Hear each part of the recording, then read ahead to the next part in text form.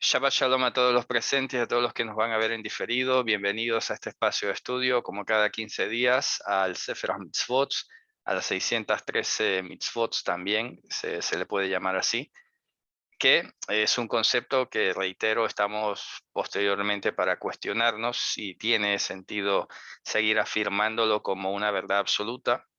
Curiosamente, por ejemplo, en el mundo de la cristiandad, se repite como si fuese una verdad absoluta, y algunos más versados llegan a decir los 613 mandamientos de la Torá, de la ley, pero ni siquiera se han planteado si eso es cierto, como lo estamos tratando de hacer nosotros aquí. Bien, entonces en esta ocasión la mitzvah 65 es un desglosado de la mitzvah 64, donde, bueno, 63, ¿no? Donde hablaba de no profanar el nombre de Hashem, etcétera. Y esta 65, el contexto tenía que ver con lo que había que ejercer en contra de las deidades paganas, que era destrozar sus altares, derribar sus estatuas, destruir cualquier forma de idolatría. Y en la mitzvah 65 decía, Lota asum ken la Hashem Elohim, no harán así, de este modo, para con Hashem, su Elohim. Y habíamos hablado, pues, que precisamente dentro de lo que correspondía a no borrar el recuerdo de Hashem, tenía que ver principalmente su palabra. Y esto es algo que increíblemente hoy está pasando. Se quiere torcer muy sutilmente el testimonio de la escritura, y hay dos técnicas importantes que hay que tenerlas identificadas. Una es tratar de convalidar los libros apócrifos. Ya saben, ahí automáticamente hay un grupo. eh, Todas estas cosas increíblemente tienen una capacidad de división, y eso es lo más sorprendente, porque entonces basta que alguien diga los libros apócrifos sí están permitidos o sí tienen información válida, y hay un grupo que automáticamente se identifica con eso, y eso automáticamente crea oposición, porque los que entendemos el canon ortodoxo, sabemos que estos libros además no tienen nada de valor teológico, y ahí ya hay divisiones. Es sorprendente. No podemos nosotros estar dejándonos llevar por cualquier viento de apariciones. En el canal últimamente pues he visto que ha venido gente con una historia muy curiosa, y hoy, que creo que no es casualidad, estuve revisando mensajes que a veces la gente me envía, y también me habían consultado de una nueva tesis. Ahora hay una nueva patente, parece una nueva variante del virus. Ahora está flotando por allí poco a poco, lo veo venir, una tesis que supone pues que los israelitas vinieron a América. Y ya son dos, tres, ya cuando yo veo dos o tres cosas en la misma dirección, digo, ya viene el tsunami por ahí. Espérense lo que ya va a venir. Entonces, este tipo de contenido de materiales está basado además en literatura apócrifa y una pésima comprensión de lectura. Entonces, se forma un bloque, y enseguida, repito, lo que más me llama la atención es por qué el cerebro, el de cualquiera, inclusive el mío, se llega o es proclive a identificarse con tal o cual postura, cuando no debería ser. Porque si ya todos tenemos el canon cerrado, eso es algo que hay que respetarlo. Pero ya si tú le concedes, no, es que el libro de Enoch, es que el libro de tal cosa, es que el otro libro, el libro de Jubileo, el libro de Yashar, el libro de no sé qué, es que ya estás rompiendo el canon. Porque aunque haya cosas allí que parezcan razonables, lógicas, inclusive algunas verdaderas, porque no vamos a decir que todo lo que está ahí es mentira, habrá alguna que otra cosa que sí es histórica o lo que sea. No obstante, si tú validas eso, estás validando luego todo lo demás, y el problema es que cuando validas todo lo demás, estás anulando el evangelio. Eso es lo que a mí me sorprende, que la gente no se dé cuenta. ¿Cómo no se dan cuenta? Pero no se dan cuenta es porque ya van buscando pescar lo que les satisface a su curiosidad o a su inquietud o a su predisposición a creer en alguna cuestión. Pero yo me sorprendo porque nosotros no tendríamos por qué estar buscando en otros libros cosas, digamos, que no nos debería interesar buscarlas.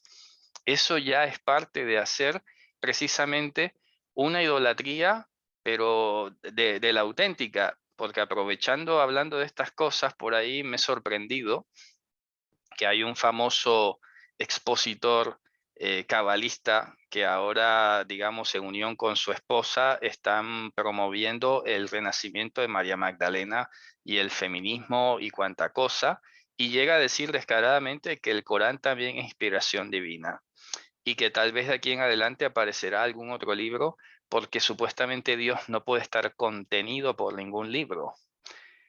Y esta persona, de hecho iba a escribir eso en el Facebook, pero lo digo por aquí mejor. Lo que iba a decir es que a mí no me sorprende que este personaje diga eso. Ya lo puede decir porque es un incrédulo, ¿sabes? Es un incrédulo. Cabalista, lo que sea, pero es un incrédulo, ¿no?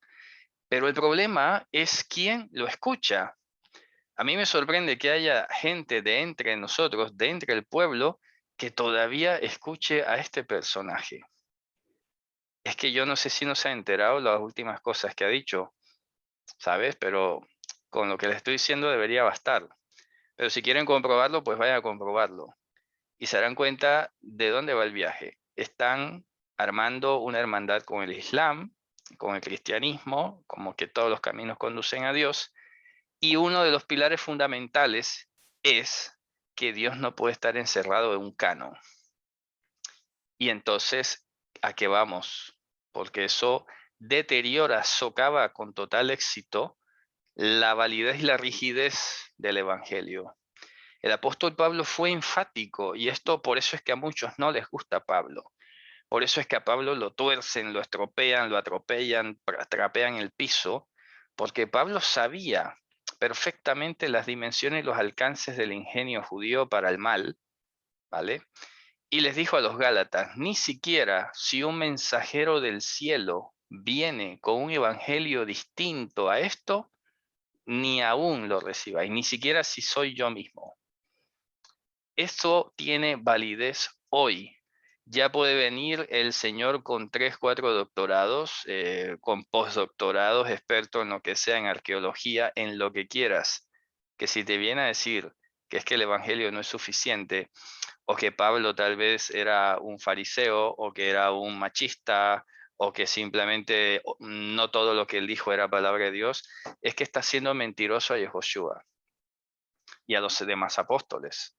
Porque no solamente Yehoshua lo autorizó como apóstol, sino que los demás apóstoles también lo convalidaron. O sea que si se equivoca Pablo, se equivocan todos los apóstoles. Se equivoca Yehoshua, se equivocó Dios. Ahí está el detalle. Pero no, lo siguen invitando a dar conferencias y lo presentan como el más grande experto sobre Jesús. Y yo me tomo la frente y digo, ¿cómo puede ser? ¿Cómo puede ser que el más grande experto sobre Jesús, que no cree en Jesús y que además dice que se casó con María Magdalena, ese es el más grande experto, en serio? Y además le pagan para que diga eso. Es que dan ganas de protestar. Pero repito, que él lo diga me tiene sin cuidado. Lo que me choca y me pone, vamos, impresionantemente, digamos, sorprendido, es que haya gente de en medio de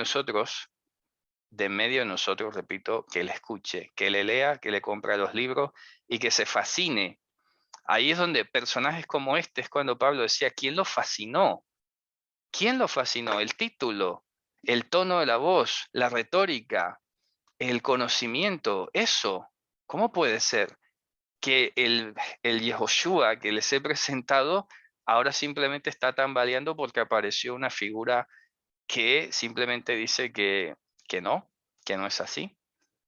Es lo que pasa. Entonces hay otro señor que todos lo conocen, no quiero hablar mal de ellos, repito, porque que ellos lo digan, insisto, me tienen sin cuidado.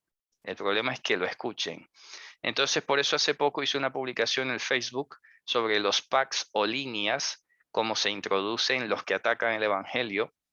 Y uno de ellos precisamente es este señor, pues que habla de los rollos del Mar Muerto, que claro, todo lo conoce, muy admirado, que genial, que habla español, pero luego esa fascinación que causa su aura, su capacidad de influencia, porque la tiene sin duda alguna, su carisma, lo que sea, su conocimiento, es un instrumento complicadísimo en contra del Evangelio.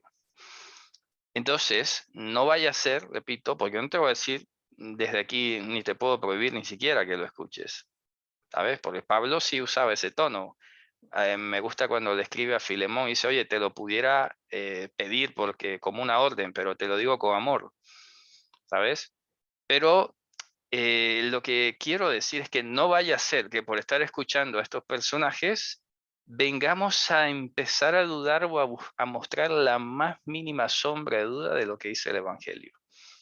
Cuidado con eso. Puedes escuchar lo que sea, a quien sea, pero que no vaya a ser, repito, que ese ejercicio empieces a tener confusiones. Es que no puedes dejarte arrebatar ni deformar a Mashiach de ninguna manera. Hay que atesorar el Evangelio. Por eso es que este mandamiento hoy tiene mucha vigencia. Lo ta'asun ken la Hashem Elohechem. No harán así con Hashem Elohim. Y fíjense ustedes que este personaje, el que enseña Kabbalah por allí y todo, el pseudo experto en Yehoshua, dice que los que se apegan o los que nos apegamos al canon bíblico de manera vertical e inflexible, nos llaman bibliólatras. Nos dicen que estamos haciendo idolatría del libro. ¿Cómo te parece?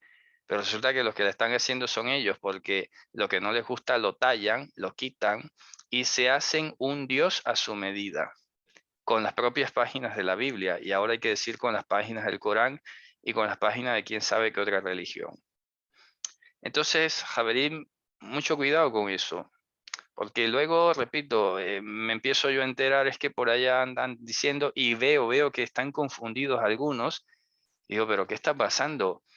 Es que será que yo tengo que cambiar la forma de hablar para volverme igual de persuasivo. Es que no lo veo, ¿eh? No lo veo, porque no hay necesidad, ni tampoco lo haría aunque pudiera, porque eso sería engañarme a mí mismo. Eso sería entrar en el juego de las tácticas de persuasión carnal, que al fin y al cabo sí, tiene un efecto, puede ser que sean más virales, más bonitas, más atractivas, pero no llevan el poder de Dios. Así que yo prefiero seguir hablando como hablo, y el que entiende, entiende, y el que no entiende, pues que pregunte, y si no pregunta, pues mira, que ya no puedo hacer más nada, ¿vale? Muy bien, vamos entonces a la mitzvah 66. Bueno, esta mitzvah es derivada también de una que ya hemos estudiado, que dice, esta es la advertencia por la cual hemos sido advertidos de no abandonar al que ha sido colgado pasando la noche sobre su madero, sobre su leño. Efectivamente, esta mitzvah está en Deuteronomio 21-23, y se lo talí ni blató al haetz. No pasará la noche, esto es un verbo que significa todo eso, pasar la noche, pernoctar. No pasará la noche su cadáver. La palabra nevalá que sale aquí, o nevelá, se está refiriendo pues al cuerpo como un cuerpo de carroña, un animal que queda muerto, simplemente, por eso se traduce cadáver, ¿no? Sobre el leño, ya esto lo explicamos. Así que habíamos dicho en ese momento que aquí había un misterio muy interesante, ¿no? Porque Hashem tuvo cuidado de sí mismo en este sentido, de que su cuerpo, una vez ofrecido en sacrificio, no fuese profanado.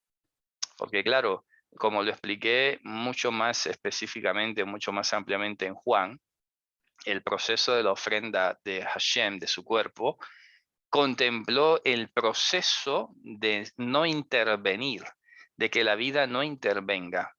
Eso es una forma de llamar a la muerte. Simplemente la vida no intervino, se produjo toda cesación de los ciclos vitales biológicos. Sin embargo, el poder de la vida indestructible, que es la naturaleza de Hashem, era imposible que fuese tocado por la muerte misma, por el proceso de la corrupción. Ahí está el detalle. Cuando ustedes le pregunten, entonces Dios murió. Hombre, por supuesto que no va a morir Dios, en el sentido absoluto, pero la ofrenda de su cuerpo sufrió los signos del despojo biológico. Ahí está el detalle. Porque bien lo dice la carta a los hebreos, que era imposible que él fuese retenido por la muerte. ¿Por qué? ¿Por qué? ¿Sabes? Por el poder que habita en él, que eso es lo que hemos estudiado también en la carta a los Efesios.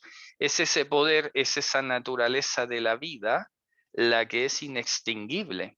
Entonces no vaya a salir alguno por ahí, entonces no murió, y entonces claro que sí, a ver, su sacrificio se hizo, De hecho, el sacrificio, como bien hemos explicado, tenía dos partes fundamentales, porque a veces la gente se agarra de los pelos, de los detalles pequeños y no se fija de lo que era relevante. Los sacrificios tenían una función de derramamiento de sangre, que es el símbolo de que el delincuente ha muerto, y el otro el símbolo de la reconciliación, que es cuando su cuerpo era ofrecido. ¿Sabes? Ahí está el detalle. Entonces, los dos elementos se manifiestan y están presentes en el Corbán de Mashiach. Su sangre ha sido derramada, ya saben lo que he dicho sobre la sangre, ese hecho de portar la pecaminosidad humana, lo cual da testimonio que fue víctima, que de hecho murió como un delincuente de la peor manera, aunque en él no había pecado. Y luego su cuerpo no vio corrupción, porque lo dice el Salmo que también hemos citado esa parte, el Salmo 16, ¿no? Lo titen et hasid halir ot shahat. No pondrás a tu piadoso o no dejarás que tu piadoso vea corrupción. Y esa corrupción es el proceso de la putrefacción del cuerpo. Pero su cuerpo no se iba a pudrir, porque no era de este mundo, no era de esta genética, no pertenecía a este sistema. Así de sencillo. Entonces, cuando los signos de la asociación biológica de la vida desaparecen, su cuerpo se levanta por el poder de una vida indestructible. Insisto, estoy citando la carta de los Hebreos. Así que este mandamiento, además de ser, digamos, una forma de honrar al que ya ha muerto, en general, en particular, es el cuidado o la medida que Dios tomó sobre su propio cuerpo para que no fuese ni siquiera tocado por animales que son tamé. ¿Ok? Bien, entonces aquí, de hecho, lo aclara el libro de Sifrei, dice, Lotalin iblatol haetz, este mandamiento que no pasará la noche de su cuerpo sobre un madero, esto es un mandamiento lotase. Sin embargo, está incluido aquí en esta parte, ¿no? Bien, la mitzvah 67. Dice, esta es la advertencia por la cual hemos sido advertidos de no hacer cesar la observancia o la vigilancia del Mikdash. Aquí hay un tema, wow, a mí me encanta cuando esto ocurre, que casi siempre ocurre. Ahora les voy a decir por qué. Porque precisamente estoy traduciendo, ya casi, bueno, voy por la mitad un poco, estoy traduciendo un vídeo muy bueno sobre el tema del templo. Es un tema que también hace mucho revuelo, llama mucho la atención, pero ahora voy a decir un par de cosas. Y ahora pues me gusta porque sale aquí. Y dice, Melech Hashbit, dice, hemos sido advertidos de no hacer cesar o no dejar cesar la vigilancia del Mikdash, del santuario, Belisov Botamit Kol Laila, y de darle la vuelta siempre todas las noches. Y es lo que está escrito en Números 18:5, Ushmartem et Mishmeret HaKodesh. Ustedes vigilarán la vigilancia del Kodesh. Ya saben que Kodesh se le llama a todo aquello que en última instancia representa a Hashem. Desde el animalito o el puñado de harina que se consagraba como ofrenda o como corbán, hasta el mismísimo templo o la mismísima arca donde estaban guardadas las tablas o los rollos. Toda esa línea, todo aquello que representa a Hashem se llama Kodesh. Por eso el sumo sacerdote tenía la laminilla que decía Kodesh la Hashem. La santidad le pertenece a Hashem. Y el sumo sacerdote en sí mismo era Kodesh. Los sacrificios Kodesh, el altar Kodesh. Este mandamiento, por ejemplo, que tiene que ver con el Mikdash, con el santuario, por eso les digo que me llamó mucho la atención porque en ese vídeo, que es de las autoridades de antigüedades de Israel, me llamó muchísimo la atención que el templo que habían construido los líderes del retorno de Babilonia, Zorobabel, Yehoshua, con el auspicio del profeta Zacarías, el profeta Ageo, el profeta Malaquías, pues resulta que vino Herodes y lo mandó a destruir hasta los cimientos y construyó encima el que él quiso. Eso a mí, por lo menos, no sé, me ha impactado muchísimo. ¿Sabes? Verlo con las evidencias, con todo esto, no sé, es impresionante. Y dice el Talmud de Babilonia, es una leyenda del Talmud, que esto fue una reunión secreta, un acuerdo secreto que hubo entre Herodes y un líder del pueblo judío de esa época, dizque para reconciliar los pecados de Herodes. Entonces vino con su megalomanía y mandó a arrasar hasta los cimientos ese templo que, repito, para mí la sensación que me dio es como que este señor Herodes borró lo que habían hecho los santos profetas de Dios y mandó a poner sus grandiosas piedras, todos esos edificios que ahora entiendo mejor o me sabe mucho mejor o diferente, quiero decir, cuando los apóstoles venían un poco presumiendo de las edificaciones del templo, y le dijeron, Señor, mira estas piedras.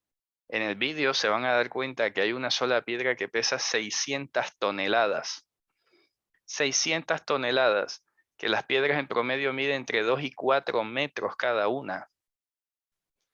Y claro, las columnas eran tan grandes que para abrazar una columna del templo eran 3 hombres agarrados de las manos.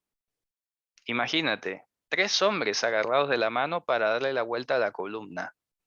Tú te imaginas el tamaño de esa columna. Eran piedras cortadas de cantera, enteras.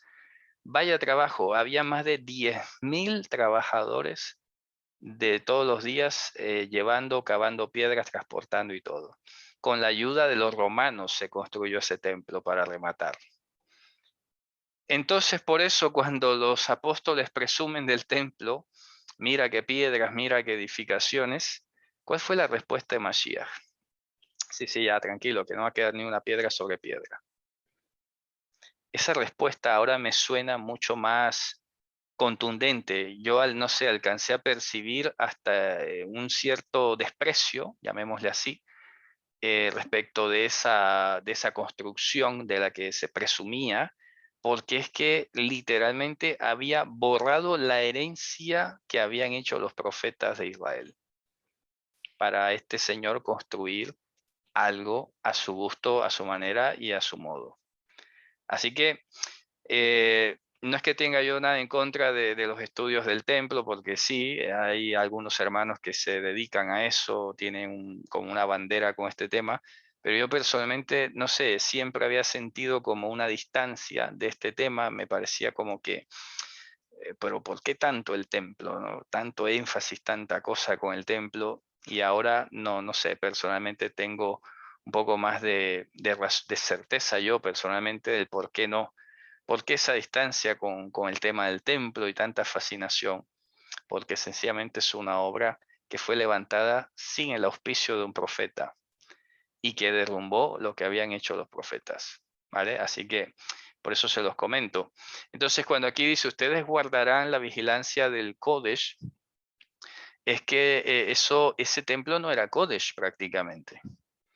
Porque ese templo, tal como el que algunos sueñan y pretenden construir ahora, será producto de la imaginación y el ingenio humano y artístico. Muchos todavía se glorian inclusive o se alegran o les impacta, ¿no? Que van a Israel y ahí hay una menorá que vale 3 millones de dólares de oro puro y todo lo demás. Eso para mí no es Kodesh.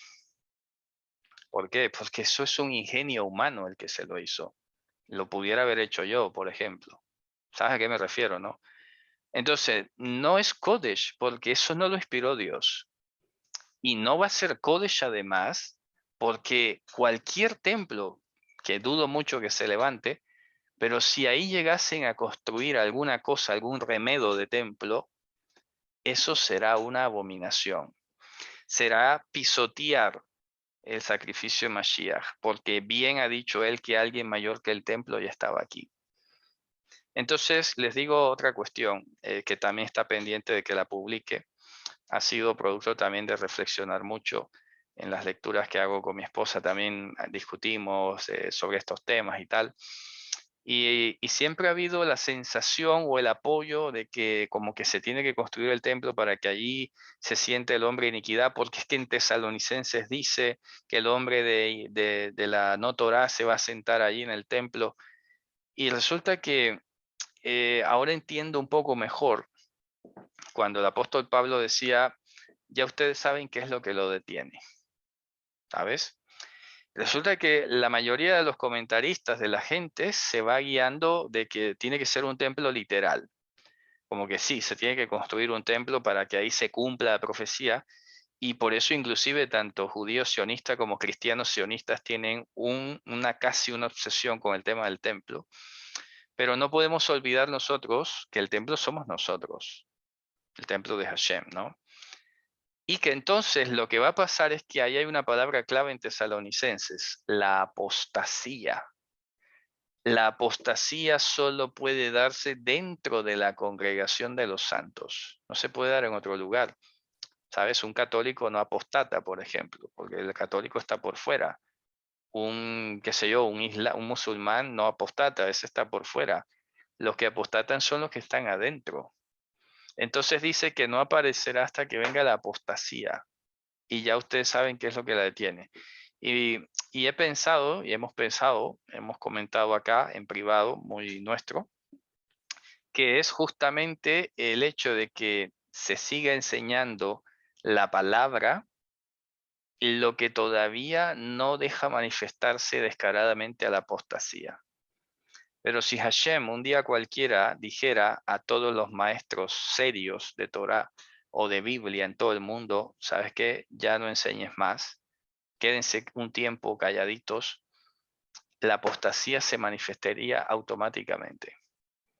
Mientras que haya todavía, repito, y que es porque Dios lo dispone, insisto, no porque sea una cuestión de los que compartimos estudios ni nada, creo que Hashem está detrás de todo eso finalmente, y estoy hablando de los que enseñan correctamente la escritura, es porque Hashem todavía ha decidido retener un poco más a la apostasía. Pero cuando haga lo que tenga que hacer, y no tiene que ser como yo lo digo, sino que de alguna manera puede llegar a pasar así, se va a manifestar entonces todo, que se va a amontonar maestros conforme a sus propias concupiscencias, que ya está pasando mucho, pero luego va a ser mucho más descarado. Y luego se va a manifestar la apostasía generalizada, y por eso tan solo un remanente va a permanecer fiel, los que hayan retenido el Evangelio. Pero hoy en día, repito, a mí me sorprende la rapidez con la que una persona le da cabida a otro tipo de libros, a otro tipo de comentaristas de cosas que van en contra fronteramente del Evangelio, y aún así bien lo toleran. Por eso es que el apóstol Pablo se lo dijo a los corintios en la segunda carta, ¿de acuerdo? A los corintios se lo dijo, claro, viene otro en nombre de otro y bien lo toleráis, pero a nosotros sí nos quieren pedir hasta las cartas.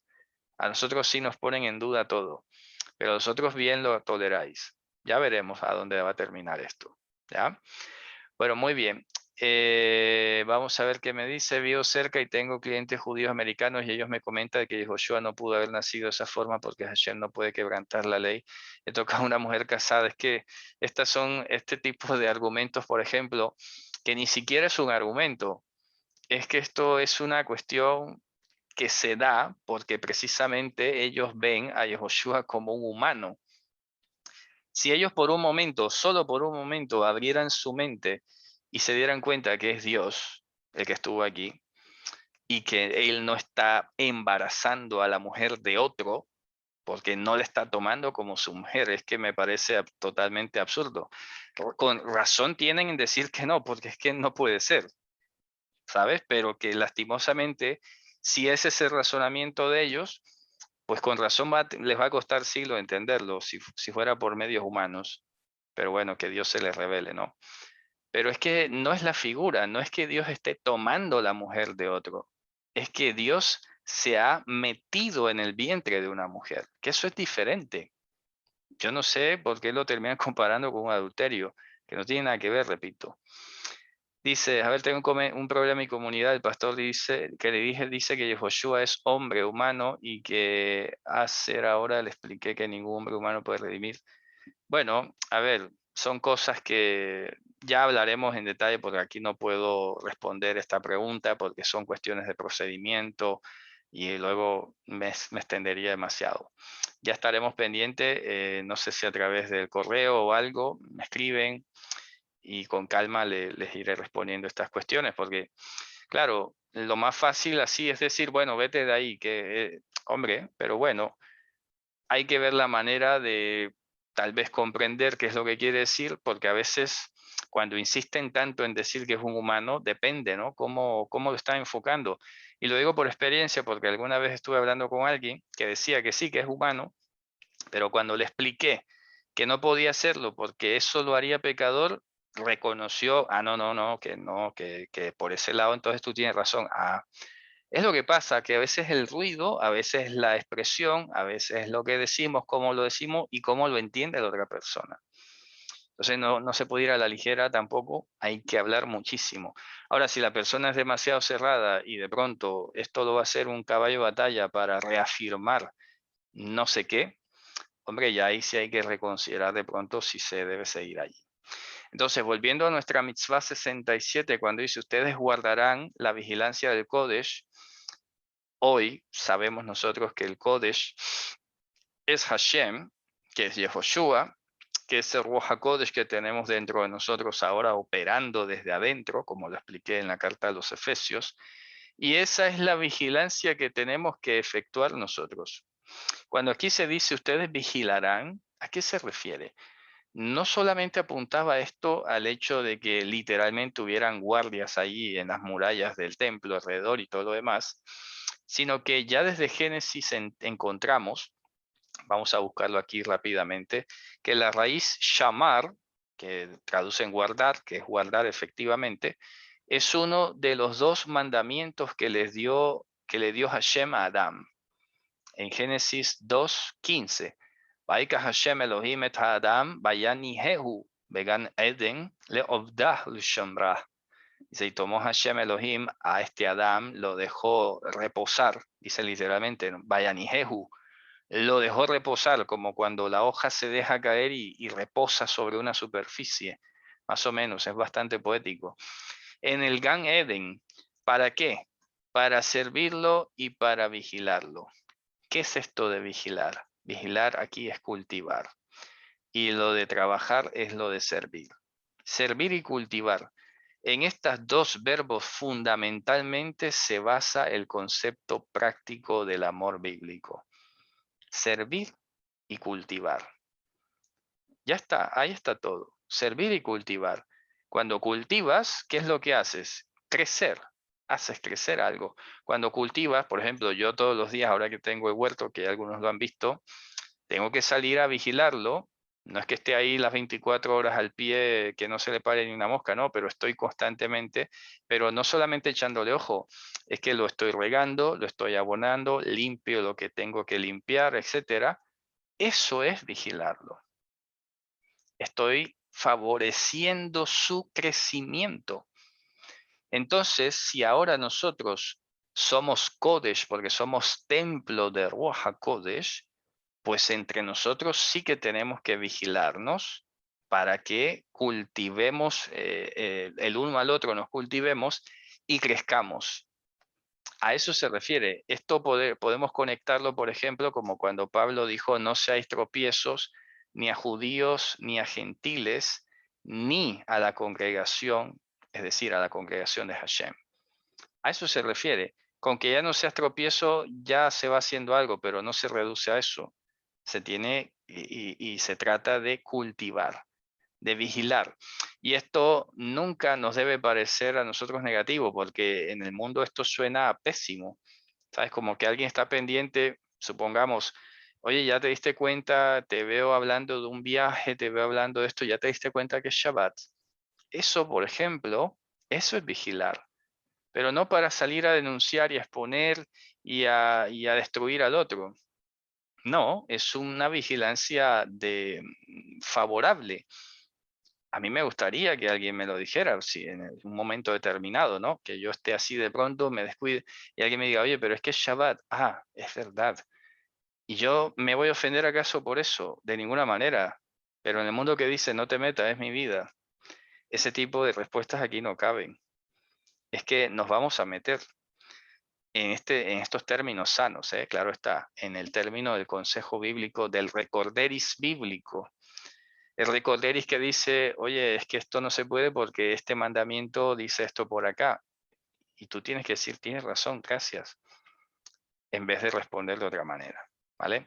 Ese mandamiento, insisto, se encuentra allí en Números 18, versículo 5. Perfecto, vamos a continuar. Vamos a ver qué más nos dice aquí este comentario. Ya hemos explicado esta mitzvah 22 de la mitzvah C, que es la vigilancia del Kodesh o del Mikdash, del santuario, y de rodearlo es una mitzvah que es positiva, es hacer. Y así se explica aquí, ¿de acuerdo? Y Shebitul Davar se dice porque la anulación de este mandamiento corresponde a, digamos, a lo que está prohibido en una mitzvah de lotase, de no harás. Y aquí se repite un poco los textos. Veshambru et mishmeret ohel moed. Ustedes guardarán la vigilancia del ohel moed. Entonces, pues, el Talmud lo está simplemente uniendo el ohel moed con el Kodesh. Es la misma cuestión, bastante sencilla. Bien, vamos a pasar a la mitzvah 68. Esta es la advertencia por la cual hemos sido advertidos de que el Kohen Gadol, el primer o gran libre, no puede entrar al Mikdash en todo tiempo. Esto es muy importante porque fíjense ustedes, en el Evangelio que dice ahora, que ahora tenemos acceso al lugar santísimo, al lugar más santo, por medio del velo del cuerpo de Joshua. O sea que, insisto aquí en este caso, como algunas restricciones de la mitzvah sacerdotal apuntaban simplemente a mostrar lo limitado que era esa función y por consiguiente lo temporal que era en comparación con una gloria más eminente. Alguna vez llegué a escuchar a alguien decir de manera muy totalmente, no sé, como rígida, que el libro levítico no podía recibir ningún tipo de modificación porque entonces Yehoshua estaría cambiando la Torá y no puede cambiar ni una yud de la Torá ni cosas por estilo. Y esa no es la lógica. Todos tenemos que tener clarísimo lo que he dicho en muchas instancias, en muchos momentos. La ley de los korbanot, Torat a korbanot, lo he explicado como la doctrina de los korbanot. La doctrina de los korbanot es la doctrina de la reconciliación. El objetivo de todo eso es una sola cosa, la reconciliación.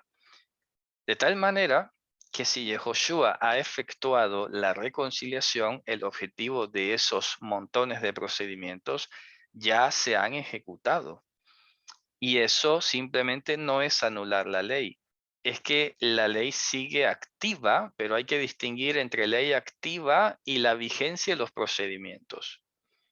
Óigase bien, que esto, si no se entiende, pregúnteme. Voy a poner un ejemplo que creo que he puesto en otra ocasión también. Si el objetivo de una ley, de un decreto, mejor. Si el objetivo de un decreto de un alcalde es reducir la velocidad en un tramo de la carretera que pasa cerca de su localidad, ese objetivo es la ley, el decreto, reducir la velocidad. Ahora, ¿cómo se va a lograr reducir la velocidad? La manera como se haga puede variar muchísimo. Y si pone una, mañana puede poner otra y pasado otra, y eso no es cambiar la ley, es cambiar el procedimiento. Y el procedimiento, de hecho, nunca se considera que esté anulando al anterior. Al contrario, lo está mejorando el logro del objetivo. Porque si yo como alcalde, por ejemplo, en una primera instancia pongo unas señales de aviso, no viajar a más de tantos kilómetros y veo que no se respeta, pongo otra medida, quito los carteles, pongo unos reductores de velocidad. Si los reductores de velocidad no cumplen su objetivo, los quito y pongo un CAI móvil de vigilancia, una vigilancia policiva o un radar. Primero el radar, no, si el radar no funciona, pues pongo un retén policial allí. Cada una de estas cosas, de estos ensayos, señales, reductores, radar y luego policía, son maneras de lograr el objetivo de reducir la velocidad. Maneras, óigase bien. La una no está anulando a la otra. La una está mejorando a la otra.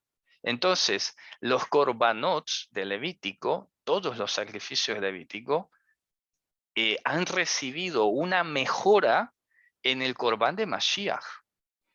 Entonces es muy tramposo, es muy deshonesto o capcioso preguntar, entonces Jesús abolió los sacrificios, porque entonces la lógica que tienen algunos es que si aboles los sacrificios estás aboliendo una gran parte de la Torá y Jesús no podía abolir la Torá. Mira tú qué tramposo ese razonamiento. ¿Por qué? Porque parte de una lógica equivocada. Yo me he dado cuenta que una de las cosas más hermosas que tiene la lengua hebrea es aprender a detectar las falacias de composición, las falacias o las fallas en el razonamiento lógico. Eso lo veo cada vez más claro.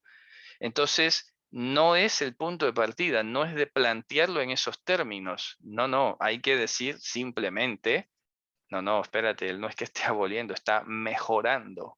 Mira cómo cambia una palabra. Entonces eso está aboliendo. No digamos abolir, está mejorando la función que tenían los sacrificios. Ya está, se acabó, con una sola palabra clave. Y eso es donde son expertos, curiosamente, los que tuercen la palabra, porque eso sí, parece que tiene un arte para elegir los términos, elegir el vocablo preciso que hace esa chispa, wow, genial. Y resulta que es para mal, ¿sabes? Es para mal. Entonces, cuando les planteen ese tipo de lógicas de comentarios, pues díganle, no, él ha mejorado. Bien pone aquí el compañero el ejemplo, es como cambiar internet de teléfono a fibra óptica y luego a Wi-Fi, ¿correcto? Exactamente.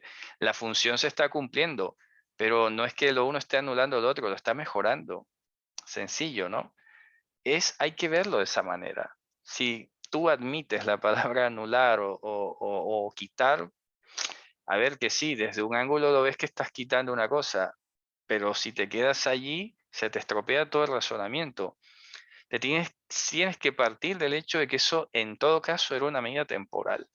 Como bien lo he dicho muchas veces, el profeta Jeremías 7, capítulo 7, versículo 22 dice, Hashem, cuando yo los saqué de la tierra de Egipto, no les pedí nada sobre sacrificios, ni sobre ofrendas, ni nada por el estilo. ¿Con qué ocasión vino eso? Con ocasión del becerro de oro. Siempre lo he dicho. Y para que no se confundan, los sacrificios que hizo Abel o Noé, esos no son sacrificios por el pecado. Esos no son corbanots por el pecado. Siempre fueron olá. Olá que son sacrificios de reconciliación. Pero los sacrificios por el pecado, por la culpa y todos los demás shelamim, nadie antes había hecho una cosa así. Y eso, repito, empieza o tiene que ver muchísimo con el pecado del becerro de oro. Ya está. Entonces, viene Mashiach, hace un corbán que es superior al de cualquier cantidad de animales sumados juntos y está mejorando inclusive, logrando algo que los sacrificios de animales no habían podido lograr nunca y que no era posible que lo lograran. Transformar la conciencia del que lo ofrecía. ¿De acuerdo? Transformar la conciencia del que lo ofrecía. La sangre de los toros, los machos cabríos no hacen perfectos. En la carta de los hebreos lo expliqué bastante claro. En la carta de los hebreos, perfecto significa con un corazón limpio de mala conciencia, o de conciencia del mal, o de conciencia prevalecida por el mal, por lo peligroso, que lo expliqué hace poco. En cambio, el Corbán de Mashiach ha representado o ha significado para nosotros el derramamiento de su poder, que ahora opera desde adentro de nosotros y que no permite que el pecado o el peligro o el daño domine nuestra vida. Por eso he hablado bastante claro en la carta a los Efesios y en los Salmos, en el estudio de los Salmos sobre esta parte. Si eres un creyente, bueno, tienes que empezar a mostrar estos síntomas, estas características. Así está clarísimo, ¿no?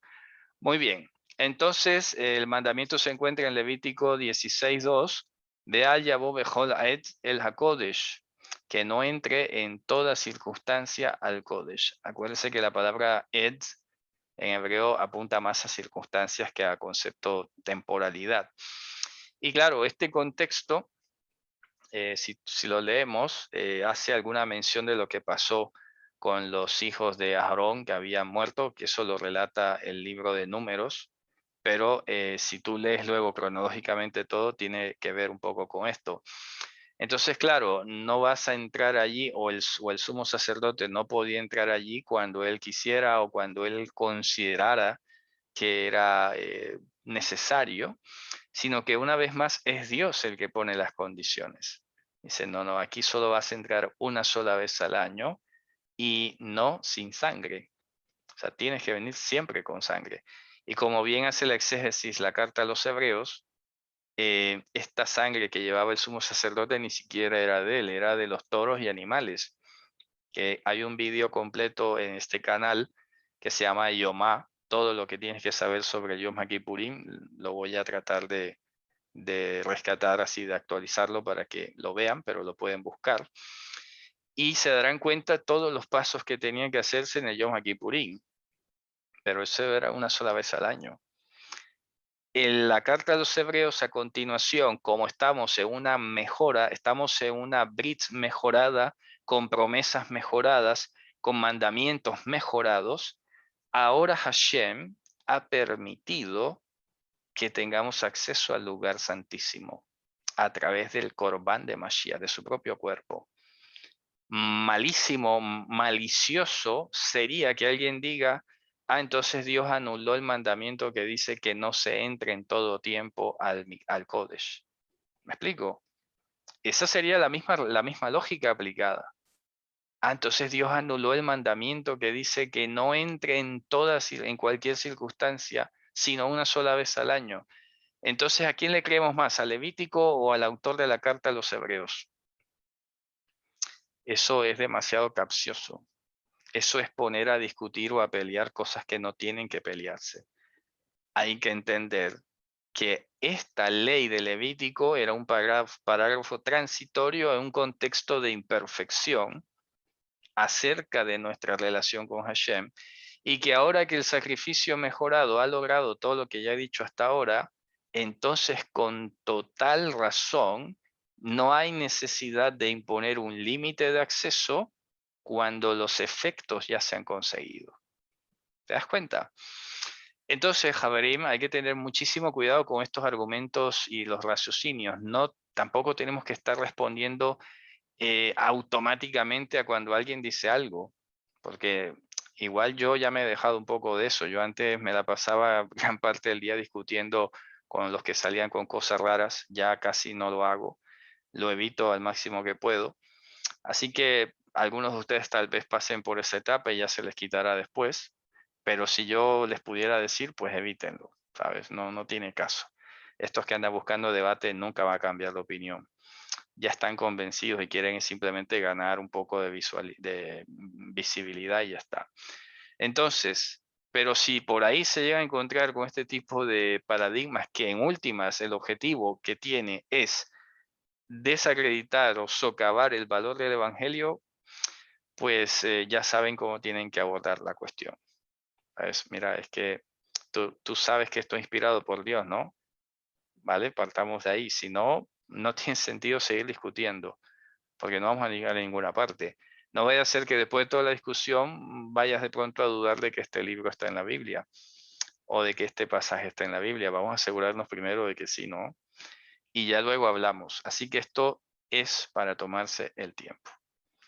¿Sabes? De mis maestros yo aprendí, y eso lo recordaba hace poco, que tú no te puedes a poner, y eso lo hacíamos porque antes era distinto, ¿no? A las discusiones que se hacían antes en las esquinas ahora se hacen en los chats, pero antes se discutía en las esquinas de las calles. El mundo ha cambiado mucho. Entonces mis maestros me decían, tú no te vas a poner a discutir en una esquina acerca de un tema teológico, eso tiene que ser en la mesa con libros. Y ese consejo sigue vigente. Esto no es para que en el chat, que en el comentario ahí tirando teclas. No, no, no. Así no es. Eso es estudiando. Vamos a los libros, vamos en orden, vamos a poner unas pautas, unos métodos, una cuestión decente, adulta, y ya está. Pero esto de andar comentando y comentando es que no llega a ninguna parte. ¿Vale? Eso no va a terminar nada en ninguna parte. Así que bueno, muy bien, Javerim. Nos vamos a despedir entonces con la mitzvah 68. Vamos al paso que vamos, porque hablamos lo que tenemos que hablar, por lo menos lo que pienso que Hashem dispone mi boca para que les diga, les comparta, les exhorte, les aconseje. Y bueno, hasta aquí hemos terminado. Así que bueno, Javerim, esto ha sido todo por hoy. Ha sido un placer compartir. El vídeo lo subiré luego. Ya saben, pues estaré atento a las preguntas. Y pues eso, que tenga un Shabbat lleno de Shalom. Nos vemos en una próxima. Shalom.